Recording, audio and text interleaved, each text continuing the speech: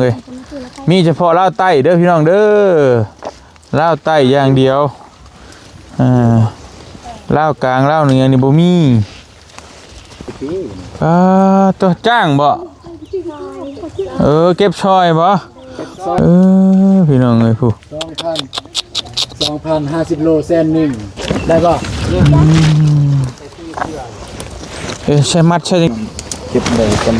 95%ก็งามเลยนี่กาแฟนี่มันบ่ได้แข็งบ่บ่แข็งกาแฟวิปึ๊บเก็บไว้น้องก็เลยป้อโธ่โลละ 2,000 กีบพี่น้องเอ้ยผู้ใดจะเก็บกาแฟลงมาเด้อบ่ผู้ใดถ้าได้มื้อละ100 โลมันก็มื้อละ200,000หลายสิได้กบไว้ขนาดพี่น้องเอ้ยก็ดีกันเด้โอ้โหเห็นตอนพูดเลยๆนี่เนาะซ้ำนี่พี่น้องพูดเลยนี่อ่านใจนี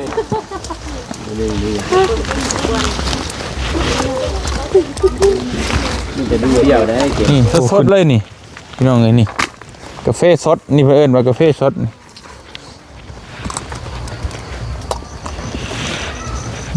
สีบานๆย่ามเลยกันย่ามเก็บเนาะส่งน้อยได้นี่เนาะน้อยบ่หรือว่าได้บ่คิดว่าพอดีว่าเสือนี่เบิ่งดูเสือพอดีบ่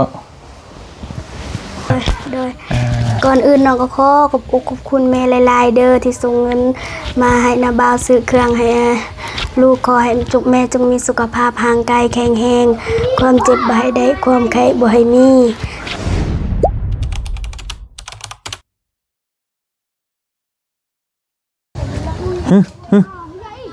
แดงไปโทรบอกเลยว่าบ่ได้มา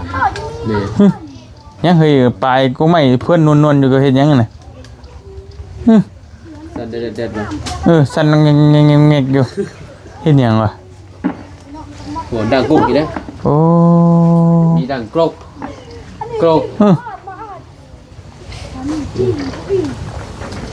เมสกาแฟยังเฮ็ดหยังเนาะโอ้พี่น้องเอ้ยเก็บกาแฟบ่เก็บกาแฟบ่แม่นเลยเก็บกาแฟพี่น้องเอ้ยทักทายสบายดีเด้อพี่น้องเด้อวันนี้เฮาก็มาหาน้องกระเดยเนาะพอดีบ่เตียงเงินซื้อส่งเสื้อมาให้เพิ่นที่เฮามาเมื่อวานเนี่ยถามเพิ่นว่าจะได้สุดก็เลยมาบ่เห็นอยู่เฮือนนี่แสดงว่าเพิ่นลงเก็บกาแฟบ่ฮอดยามเก็บได้สุกได้พี่น้องนี่เนาะทางบ่เตียงก็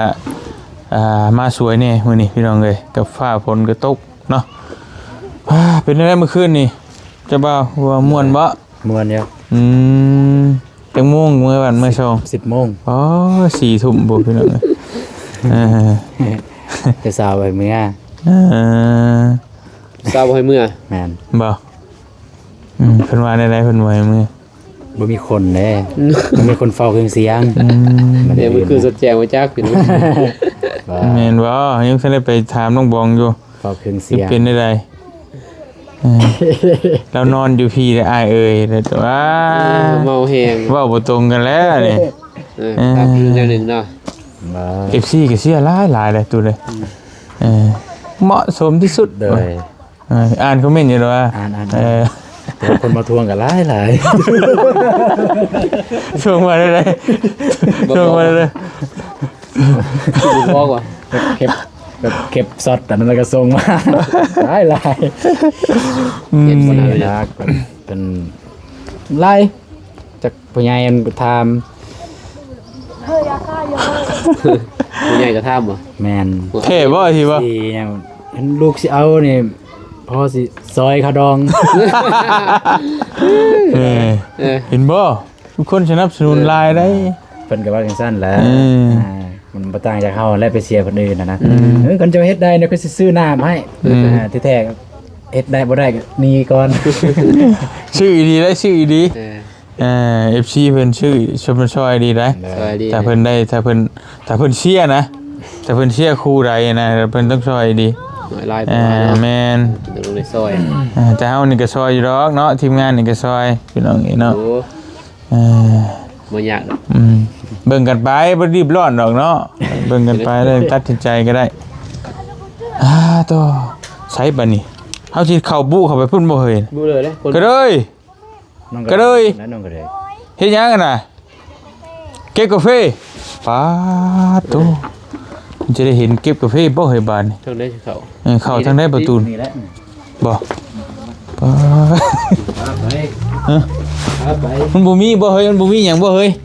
นี่เลย ฮะ นี่แหละ มีบ่ มีถาก บ่ เงิน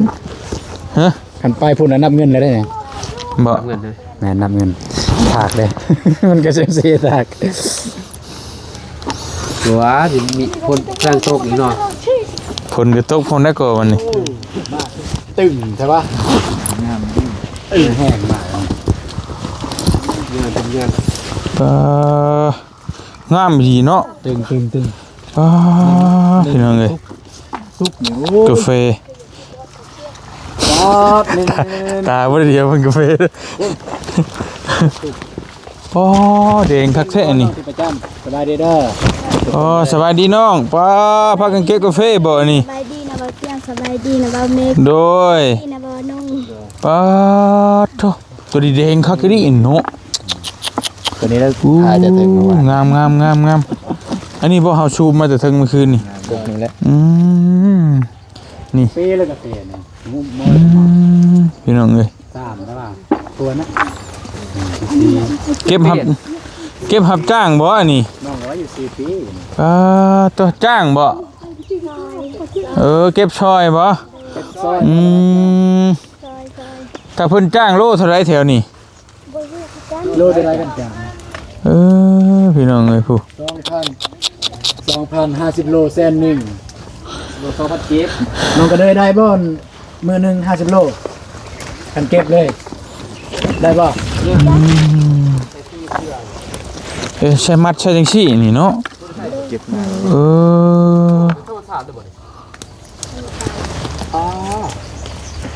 อันนี้แบบธรรมชาติเลย บ่ได้ใช้หยังบ่ บ่ โถ่ ดินงาม เนาะดินดำน้ำซุ่มพี่น้องเอ้ย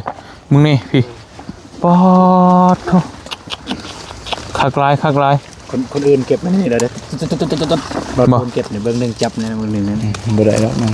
บ่ได้แล้วนะ เสร็จกันในนี้ เฮ็ดได้ไดเพิ่น ก็ เก่ง จับไปนี่เลย สิบ่ แม่นไป ทีละตี2เบื้องทีละตีบ่ ต้องเบิ่ง ตบ แต่ ต้องมาพร้อมดิ เบาหนุ่มกับบ่ไหวกันชั้นนี้นะ เกี่ยวหมกแดง เพราะว่าเฮายังมันตกนี่ มาเขียวนี่บ่เก็บสิบ่ แต่มันก็ได้อยู่ว่ามันเก็บได้จำเก่า15%ก็งามเลยอันนี้กาแฟนี่มันหน่อยนึงมันบ่ได้ ซำนี้บ่ บ่แข็ง กาแฟเวียดเนี่ยไปเก็บเนี่ยโอ้ยบ่ได้ที่จงเล็บสำได้นั่นมันเราออกเบิดเลยหักเบิดเลย เป็นได้ได มันแข็ง มันเหนียว มันบ่ล่นแม่นมันเหนียวกาแฟเวียดบ่ได้ล่น เป็นยัง เพิ่นมีเกินว่าตอนอีหยังใส่ปุ๋ยใส่หยังนั่นแหละให้มัน โอ้ยพี่น้องเก็บกาแฟ ให้มันจับ เนาะ บ่ล่น อย่าว่าฉันว่าชีเด้อพี่น้องบ่เตียงย่านทากเด้ บ่มีบ่แม่อยู่ข้างนี่ อยู่นี่มีบ่แม่มีพร้อมโอ้ยม เย็นๆนะ บ่อยากรอให้ฮอดมันเย็นนะเดี๋ยวนี้ บ่ให้มันกินได้ บ่ให้มันไกลเลยนะว้าพี่พูดเก็บช็อตก่อนฮึบเก็บไว้น้องก็เลยป้าเท่าพูดน่ะร้อยดิ มือละแสนพุ่นเด้ไป พี่น้องนี่คักเฮ้ย บัดสู้นู่นนี่น้องก็ได้เฮ็ดอะไรสูงเนาะ นะกองเงาบ่ เกาะบ่แล้วว่า นี่เด้มีตะเกาะอยู่นี่ ตัวนี้มันหมอดมันกินนะมันเหลืองนี่หมอดเลยจังได๋เสียงดึงนี่หักเลยเสียงมันสิหักหักเลยอันนี้ อันนี้บอกกินต้นมันนะบ่ หมอดมันเจาะซีเมนเทสนี่แล้วมันเจาะ บัดซ้ำนี่น่ะเบิดเลยได้นี่เนาะเอาเบิดเลยได้เนาะ เอาไปเลยก็ได้ เรา หมอดเจาะแล้วได้ มันสุดท้ายเลย เกือบ100%เลย โอ้คักดีมาเด้อพี่น้องเด้อเก็บกาแฟลาวใต้โลละ 2,000 กีบพี่น้องเอ้ยผู้ใดจะเก็บกาแฟลงมาเด้อบ่ผู้ใดถ้าได้มื้อละ100โลมันก็ อยู่ละ ช่องเชนเพื่อนเนาะ ไอ้มือละ200,000คนจะเก็บไว้ ทำสุดแล้ว เรียนปกตินี่มนุษย์มือละ100,000ตายแก่ ไพ่เก็บใบชุดบ่น้องเก็บใบบ่โอ้ย ๆนะแบบนี้กัน บ่ตูนเก็บใบบ่ เก็บกาแฟบริษัทนี่ไว้ เอ้าเป็นยัง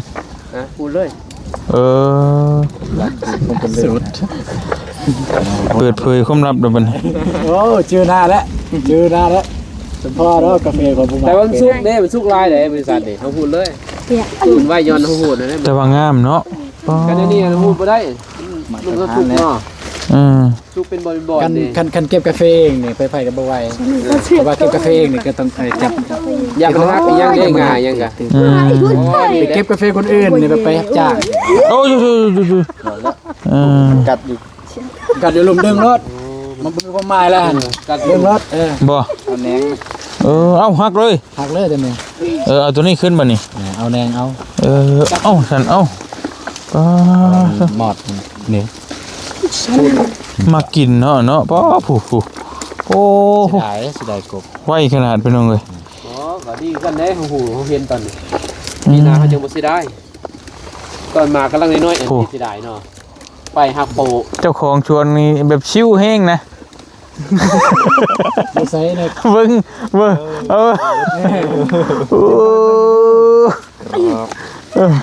สืบกรอกเลยพี่น้องเลย ป้าบ่ได้บ่แม่ใจสิขาดบ่ ป้าแล้วมันเมื่อยอันคืออันย้ายยังอยู่บ้านกุพุ่งใต้ไปถามแล้วกัน เมื่อย บ่สู้บ่ได้บ่ได้เมื่อยแล้วว่ะเชียร์ยาเฮ็ดจังได๋น่ะเบื้องหนึงจับเบื้องหนึงแถไปเลยแล้วว่ะ ตั้งเนาะ เบิดพี่น้องเอ้ย แล้วตัวมันรถนั่น ตัด เงินเอาเด้อ ตัดเงินได้นี่งามดีพี่น้องเนาะโอ้มาตรฐานนั่นนี่เนาะ มันจะทาง โอ้ เสลียกก3 ลูก5 กิโล ป้งามดีเลยพี่น้องเนาะกาแฟพี่น้องเอ้ยเก็บกาแฟเล่าใต้นี่ล่ะเอาแม่นี่เก็บเลย นี่กกนี่กกแห้งเลย มาพี่น้องเอ้ยพี่น้องหลายคนอาจจะบ่เห็นวิธีการเก็บกาแฟหรือว่ากาแฟนี่แหละเนาะต้นมันเป็นจังซี่แหละพี่น้องเอ้ยมีเฉพาะลาวใต้เด้อพี่น้องเด้อลาวใต้อย่างเดียว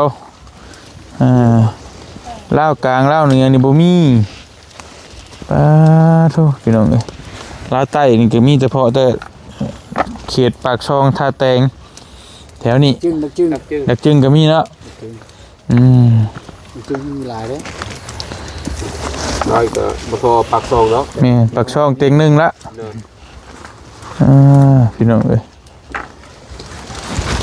ซองนี่เอาขี้เยอะ แต่บางชายเตือนง่าย โอ้ไวเนาะน้องก็เลยป้าโธ่พี่น้องเอ้ยโอ้คัก เขาเดียวเต็มเลย ต่อย มัน2 ลูกไป ท่านฮอดสิหากุ๊กเดียวเต็มเลยเต็มบ่บ่ยากได้เต็มเลยเนาะ เฮ้ยมีหยังนี่ จะคงส่วนนี่ก็ยิ้มเลยนะนี่ได้รายเดือนแล้ว มื้อนี้คนเก็บไว้มื้อนี้พี่น้องเอ้ยคุณว่าเมื่อละ เมื่อยกว่าเลย มื้อให้ครัวอะไรอยู่เก็บบ่เก็บมือเดียวนี่4-5 ตัว ป้าตัวนี้คักแท้นี่ ครัวมาเจอในจิตอันนี้ปวดตี พี่น้องเอ้ยโอ้พูดเลยๆนี่เนาะซำนี่พี่น้องเอ้ยพูดเลยนี่ หันใจใหญ่เนาะ ชัว เราหันใจใหญ่เลยล่ะลานยางนำคือที่เมื่อย ไผ ดมออกซิว่ะ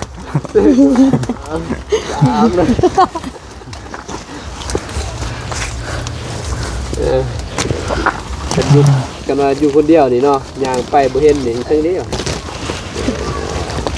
ก็ได้อย่าโยนได้มันหักได้ อ๋อ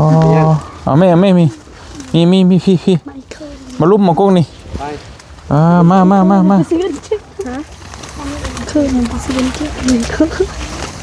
เอ้ยทางนี่ทาง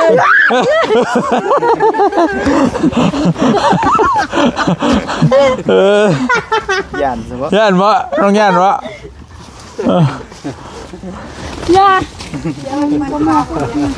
มาบุญมาเนาะแต่ว่าบุญมานี่มานได้ เรานี่มันเลือดหอม มาเอาไหมนี่ละ คนที่เจอไว้คนนึง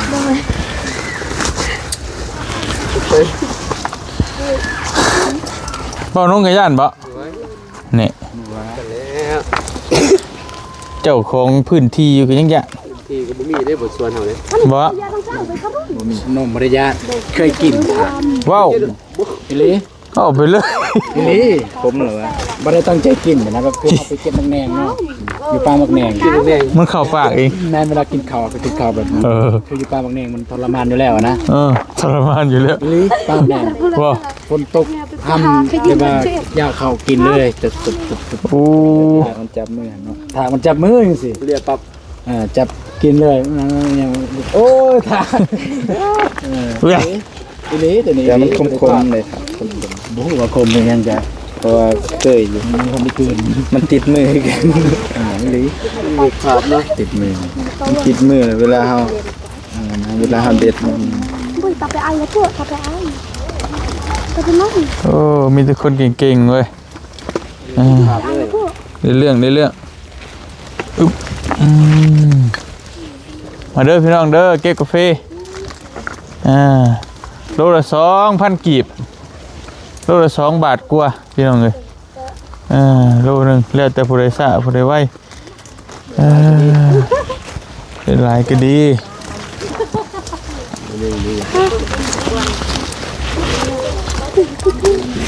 มันจะดูเดียวได้เก็บ ผู้ขึ้นทั้งเฮือนผู้บ้านนี่เฮ้ยคักตูนเลย อะไรเมื่อยเมื่อยได้อะไรกินเอาไว้เด็กน้อย บ่กล้ามาใกล้ขึ้นทั้งเฮือนช่องเลยบ้าน เก็บไปเลยตัวมันล้น ลกดีเนาะ เก็บไปเลย คือคักแท้ว่ะ พอมันสิตัดเงินเอาเด้อ มันใส่ปุยแห้งคักอันนี้ อันนี้จักปีนี่นะ 4 ปี แต่ว่าเพนี่มันบ่คือทางนั้นเนาะปากซองมือยาว มือสั่น มือมันสั่นนี่มันเก็บยากแต่ปากซอง4 ปี มันยะมันยาวอยู่นี่บ่ โดยซ้ำนี่แล้ว ยาว 4 ปี ปี แล้วแหละ แต่ว่ามือยาว คนละพันกันบ่ พันเดียวนะแต่ว่า มัน เขตต่าง เขตไปบักซองไปเขตบ้าน บ้านน้องเมฆก็คือบ่ได้ยาวปานใด บ้านเสร็จคดบ้าน ว่ะ ไปพุ่น ๆโอ้โหนี่ แต่เบิ่งตัวใหม่สิ แต่ว่าก็ไม่ของเฮากันงามันขี่กันบ่ เดี๋ยวไปเก็บ ที่นา นี่จนเที่ยวนี่ก็เที่ยวดำกับลุมเบืองเที่ยวผิวสา นั่นบ่นั่นแถวหัวผู้มัน มันมือยาว แต่ว่า4 ปีนี่มันบ่สู้ซุมนี้เนาะอันนี้10 ปีนี่เก็บบ่ได้ตัดอยู่ ตัดแล้วเหลือจะเกินนึง ตัดเลยนี่ ตัดให้มันแนงมัน แนงขึ้นไหม ก็ไม่เลย นี่ตัวนี้เลย เอาคันใดใช่บ่ได้บ่ กันได้ เฟมิกบ่ได้กันใด จบกันได้แต่ละก๊กบ่กองก็ได้อยู่กองฮักเอาแน่นอนเนาะแต่ว่าเสียงมัน งามดีพี่น้องเอ้ยว้าดงกาแฟ นี่คือกาแฟสดผู้ใดจะกินกาแฟสดมากินอยู่พี่เด้อพี่น้องเอ้ยที่ไปกินในสั่งกินในไม่ช้อนน่ะบ่แม่นอันนั้นมันบ่สดอันนี้สดนี่สดๆเลยนี่พี่น้องเอ้ยนี่กาแฟสดนี่เพิ่นเอิ้นว่ากาแฟสดนี่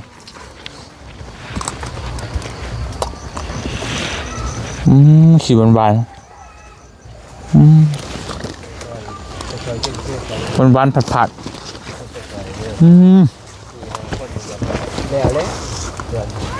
แซ่บอันนี้ก็เนาะบ่สมบูรณ์บ่นี่ สมบูรณ์มีแนวเจาะ สิฮัก ไปหาน้องซาลี่เนาะน้องบ้องเนาะไปประตูนแล้วก็เพ่พอจุกเอากะเดี๋ยวยืมมีกระทะเลือดแล้วเสร็จแล้วกัน เว้าเรื่องช่วยเหลือ มันมีเจ็บเด้ ตัวนี้ก็บ่สมบูรณ์เหมือนเนาะ แล้ว เก็บปีนี้ก็เบิดนะ พี่น้องเอ้ยกาแฟปาโทโอ้ยกันเลาะเบิดสวนนี่ก็บ่มันยังหลายอยู่เด้ กว้างบ่สวนเรา ขวงเลย อ๋อพุ่นเลย แซ่เลยแม่จัก กว้างบ่ประมาณจักเฮกตาร์ จะตาย เฮกตาร์ปลายก็กว้างตัวเด้อ เติบ นี่กูได้ดินเกษตรเฮกตาร์ปลายแล้วก็อยู่ได้แล้ว โชว์กิน อยู่ได้แล้วเนี่ยกลุ่มเขากลุ่มนั้นตาปลายมันอยู่ได้แล้ว น้องเท่าไหร่ของน้อง บ่เด็กตาตายได้70คืออยู่ได้จ้ะ อยู่ได้ คืออยู่ได้คือกัน ตุลันอยู่ได้บางครั้งก็รับจ้างน้ำเวียนเอา ก็เขาเบิดของเขาอะนะ มันมีแนวเฮ็ด โอเคอ๋อ ซื้อ ไปหา คัก เกี่ยวกับเวียดนำบริษัทอีกต่อ โอ้แต่ว่าน้องกระเดยนี่สุดยอดเลยเนาะถือว่าเก็บเป็นนะนี่นะ อาชีพแล้ว โอ้ถือว่าเก็บเป็นนี่เบิ่งคนจักโดด เป็นบ่ ตักเลยบ่ได้เนาะ เออ สองมือเด้ โยน้องมีให้คะแนนจักเท่าไหร่เถอะมี มาตรฐาน มาตรฐานบ่มักชิปบ่ตั้งตามผู้เชี่ยวชาญได้บ่เตียงนี่บ่ฮู้ว่าผู้ใดแบบเก็บเป็นบ่เป็นนะถ้าผู้ใดดำหน้าไว้ผู้ใดเกี่ยวข้าวไว้นี่ฮู้นั่นน่ะ เก็บบ่เป็นเก็บมือเดียวแปด แล้วสิ แล้วเป็นสิถ้าหัวใส่แล้ว ถ้าว่าผู้ใดเก็บบ่เป็นประมาณทำนองนี้บ่นี่บ่ แม่นเลือด นี่บ่ ใหญ่ อันนี้ตามสิถ้าเพิ่นสิวิเคราะห์เลยดอกแยกเลยนะในมือ แบบคือเครื่องจักรนี่แน่เนาะ แบบมือมันแยกอัตโนมัติเลย เลยโอ้ อ้าวพ้นมาแล้ว ผลมาแล้วพอดีพอ ฝนมาแล้วโอ้ยพี่น้องไอ้บ้านี่ มา ฝนก็มาแล้ว ซอยได้สมีเด้อแม่เด้อคนมาแล้ว ฝนมาช่วยบ่ คนมาซอยแล้ว เฮาอยากช่วยอยู่แต่ฝนก็มาช่วยเฮาบ่ อย่าเราหายนี่บ่จักนี่หายเฮาฮักโปกเพแล้วนี่อย่าคือ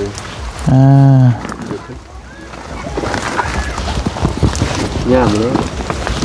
กันยามเก็บเลย ทุก ทองใส่รถดอกให้ครับน้อง ประมาณจักโลนี่6 10นะ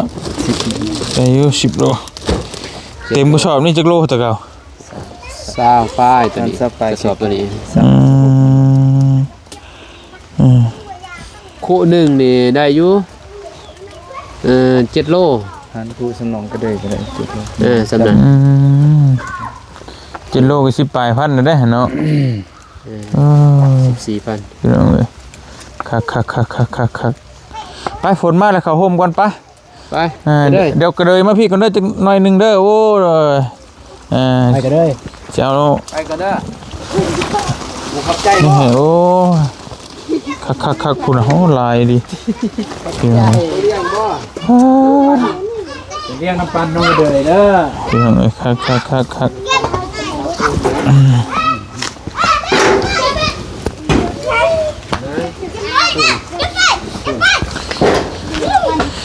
มาพี่น้องเอ้ยเจ้าเอาไก่ก็มาบ้านนี่ เอาก่อนไปรีบคนเดินก่อนมาเลย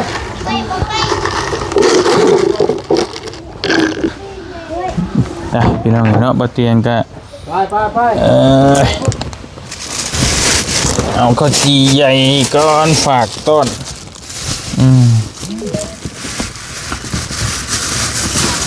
ฝากมาต้อนน้องกระเดย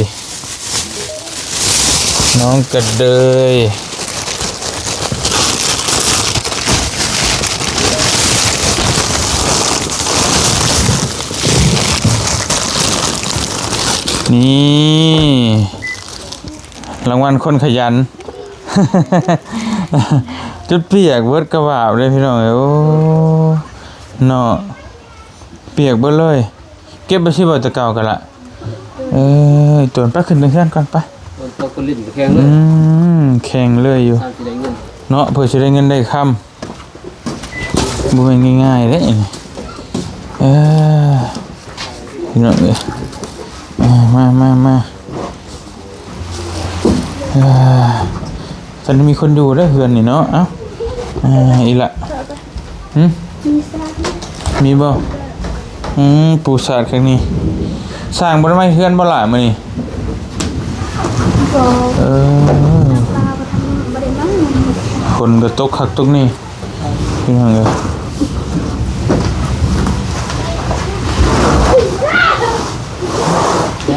นั่งลงนั่งเล่นจ้ะโอเคกินข้าวแล้วมื้อนี้ กินแล้วสบายดีจัง สบายดีอีกรอบหนึงได้หยังกิน เด็กพัก กินข้าวกับพัก โดย กระบะกระเบาะพี่น้องเนาะมีระเบาซื้อข้าวจีมาฝากเด้อแล้วก็ซื้อปิ้งไก่พี่น้องเลยแล้วก็สิ่งอันนี้สิ่งที่เจ้าอยากได้ตัวหน่อยผมจะเนาะส่งหน่อยได้นี่เนาะหน่อยบ่หรือว่าได้บ่คิดว่าใช้เอสบ่จะว่าเบอร์เอสบ่ โดย หน่อยบ่ กัน ต้องลองได้เนาะวัดบังข้อดูหน่อยบ่ โดย หน่อยเนาะ โดย บ่เตียงก็ขาดดาวพิษจักหน่อยพี่น้องน้อยมีแต่อันดับว่าสิเอาไปเปลี่ยนหรือลองใช้เบิ่งก่อนบ่ เอาใส่ก็ได้ พี่น้องลืมบ่มันนั่นจะว่าเบิ่งเสื้อก่อนก็ได้อะเสื้อนี่พอดีว่าเสื้อนี่เบิ่งดูเสื้อพอดีว่าคือแก้ก่อนก็ได้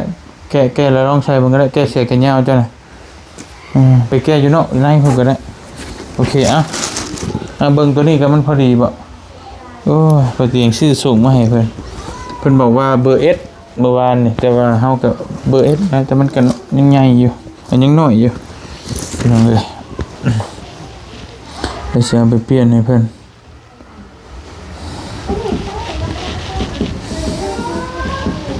แล้วก็เกิบเนาะ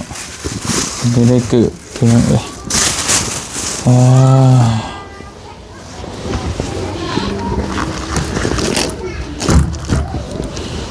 ส่งอันนี้ลองเบิ่งส่งน้ำได้ก็ได้อะเด้อแล้วบ่าวสิบ่เบิ่งแล้วถ่ายหันหลังใส่ได้บ่ล่ะ โดยมันน้อย โอเคเดี๋ยวเปลี่ยนนะไซส์ M เนาะมีจะเปลี่ยนไซส์ M เท่านั้นแหละพี่น้องเอ้ยจะบอกคอยว่าไซส์ S เมื่อวานนี้ก็เอาเบอร์ ถ้าส่งยีนแต่เป็นคากระบอกน้องใส่ได้ นี่มันเป็นคาเดบบ่ โดย จะมาขาวก็บอกหรือคาเดบ คากระบอก ใครก็บอกว่าโอเคพี่น้องเอ้ยจนเมื่อยพื้นภาพจะฟื้นใช่สุ่มโอเคเดี๋ยวว่าจะไปเปลี่ยนให้เนาะพี่น้องเอ้ย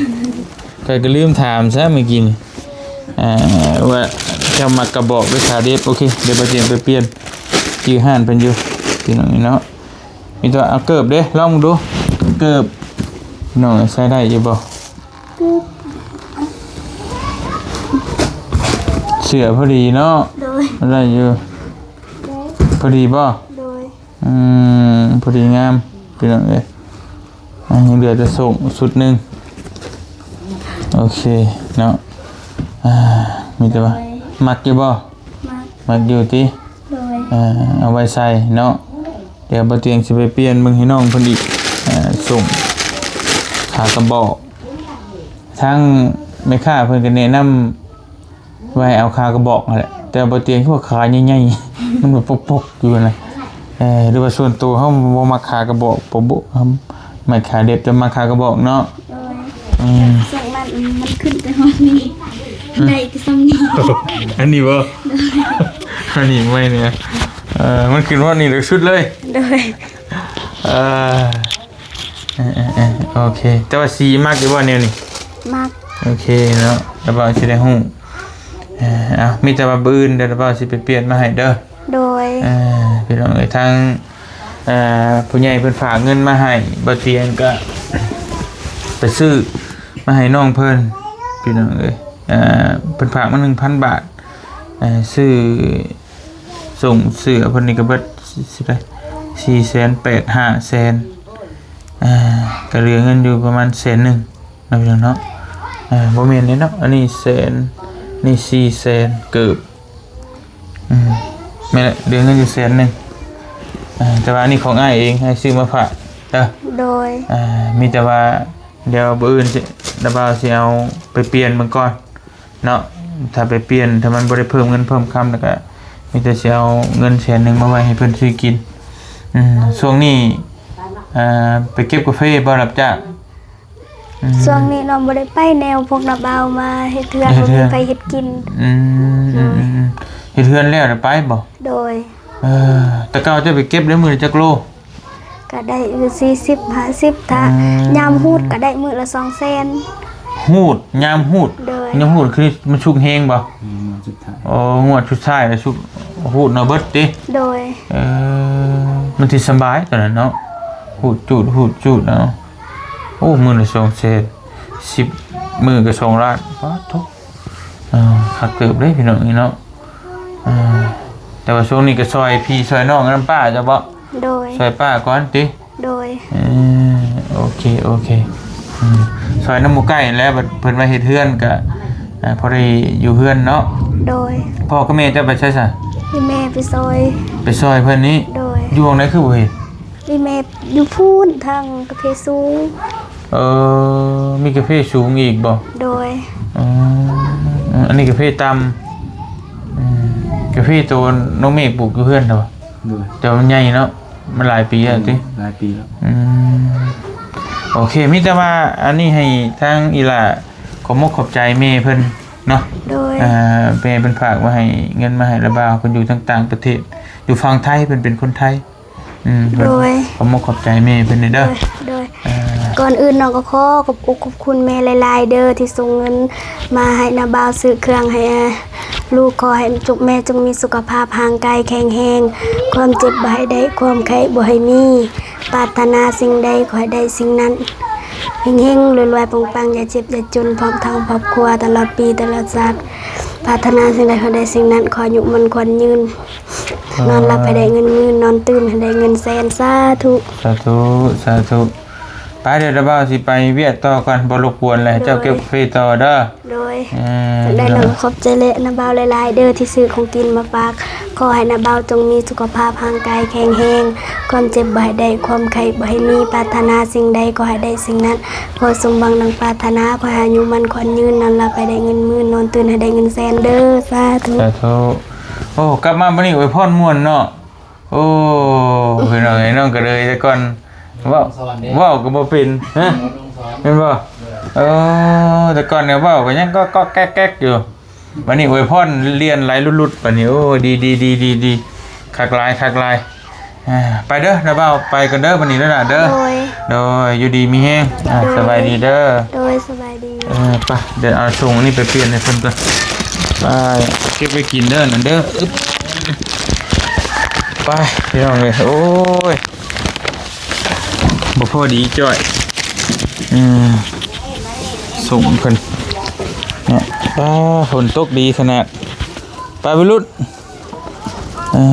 ไปเขียนทะรถคอยมันยังอันสมยุ่มฮะปลาดุกก็มาเมื่อยเลยยังไงนี่ฮักเด้อบ่เตียงอันนี้ยังเขียนนี่ยังปีบุญอยู่ใช่นี่ฮะเอากระบุใช้กันไปน้ำกันทุกมื้อบอกว่ามือนั้นมันเปื่อยเนี่ยว่าเอาไปโอ้ยก็สิเป็นทางไปกันนอสลีตามไปก็จักแล้วมันทางบ้านเขามันเป็นเองมันเนาะบ้านคอยนี่กันป้าชายพี่น้องเดินทางต่อแต่ละกะขอมกขอบใจแม่เพิ่นหลายๆเนาะอีทางฝั่งไทยที่ฝากเงินมาให้ซื้อเครื่องซื้อของให้น้องก็เด้อเนาะให้อยู่ดีมีแฮงพร้อมครอบพร้อมครัวเด้อเดี๋ยวมื้ออื่นเปลี่ยนมาให้เพิ่นใหม่เนาะพี่น้องเอ้ยมันน้อยบอกว่าแต่ละหน่อยก็ใหญ่เติบแล้วก็ได้ไปอยู่ดีมีแฮงเดินทางก่อนสบายดีเด้อพี่น้องเด้อกับโปะพอดีเนาะบ๊ายบาย